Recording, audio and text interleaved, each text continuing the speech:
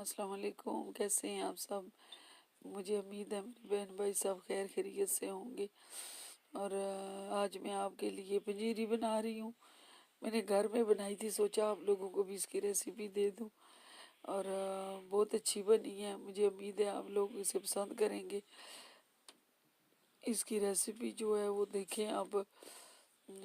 अभी मैं दे रही हूँ 2 कप जो हैं चीनी के हैं, ये वाले रेड। और 2 बाल जो हैं सूजी के हैं। और बाकी ये नट सारे मैंने रखे हैं।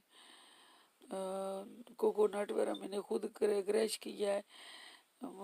मुलीकंडा जो होता है उसके ऊपर। और ये सूजी है, मैंने थोड़ा सा घी डाला है इसमें। और सूजी भून रही हूँ तकरीबन लो मीडियम हीट पे। इसको तेज़ चूल्हा नहीं करना, इसको मीडियम हीट पे भूनना है।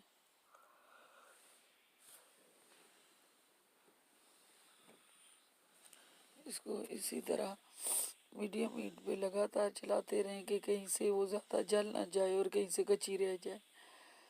आज सूजी का कलर जो है दिख रहा है कि देखें इसका वो बुन गई है।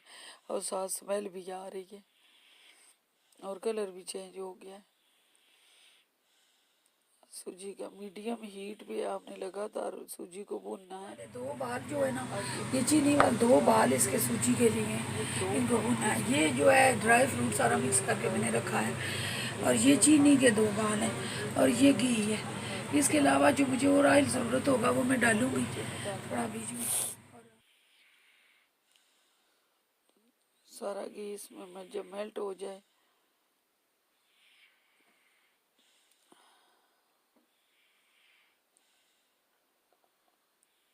मैं शार्ट करती हूँ, इसलिए आप लोगों का वक्त जो है वो बचा रहे और असल चीज़ जो है वो आपको समझ आ जाए।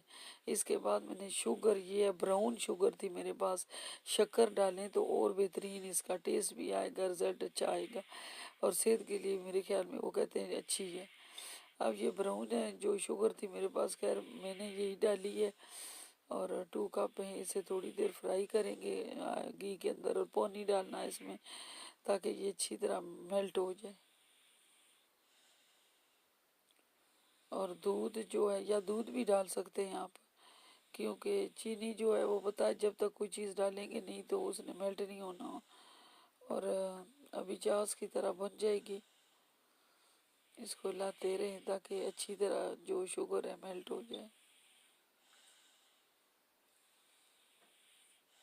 मुझे उम्मीद है आप लोगों को ये पसंद आएगी। सर्दी में ये बहुत अच्छा घर में बना के आप रखें और ख़ुद भी चाय के साथ कभी कभार ले ले, बजाय हम कुकी और ऐसी चीज़ें खाने के। ये अच्छा भी है सेहत के लिए। हड्डियों को कहते हैं ये ड्राई फ्रूट जितना है, वैसे तो बंदा कम ही खाता है, इस तरह पंजीरी के अंदर हो तो चलें। और इसके बाद ये तकरीबन मेल्ट होगी। ये चास मेल्ट होने के बाद अब जो हमने ये नट रखे थे वो सारे हमने इसके अंदर डालने। और ये तभी इनकी खूबसूरती आई है। मैंने सारे इन्हें कद्दूकश किया है, क्रश किया है इन्हें मैंने। और कोकोनट को भी मैंने साबुत लिए थे और उसको क्रश किया है। बाज़ार से मिलता है क्रश हुआ हुआ, लेकिन वो नहीं मैंने डाला। ये सारी चीज़ें खुद मैंने काटी हैं और तोड़ी हैं। अब सूजी जो है ऊपर से डाल देंगे। ये देख लें सूजी का कलर इतना ही लाइट रखना है आपने। पहले अच्छी तरह उसको नट सबको मिक्स करें और उसके बाद आप सूजी डाल दें।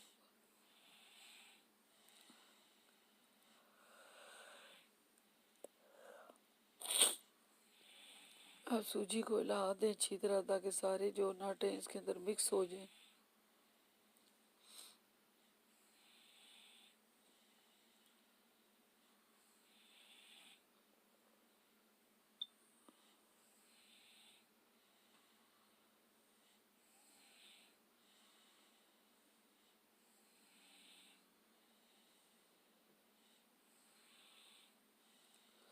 और नीचे से चूल्हा मैंने बंद कर दिया है। और चूल्हा अगर ऑन रहा तो इसमें हो जाएगा वैसे सख्त सा हो जाएगा, जैसे खाने में फिर आपको प्रॉब्लम होती है और अच्छा टेस्ट नहीं रहता। और अभी देखें मैंने नीचे से चूल्हा बंद किया हुआ है और सूजी तो ऑलरेडी हमारे पास भुनी हुई है। और मैंने इसके साथ मिक्स कर देना है सारा।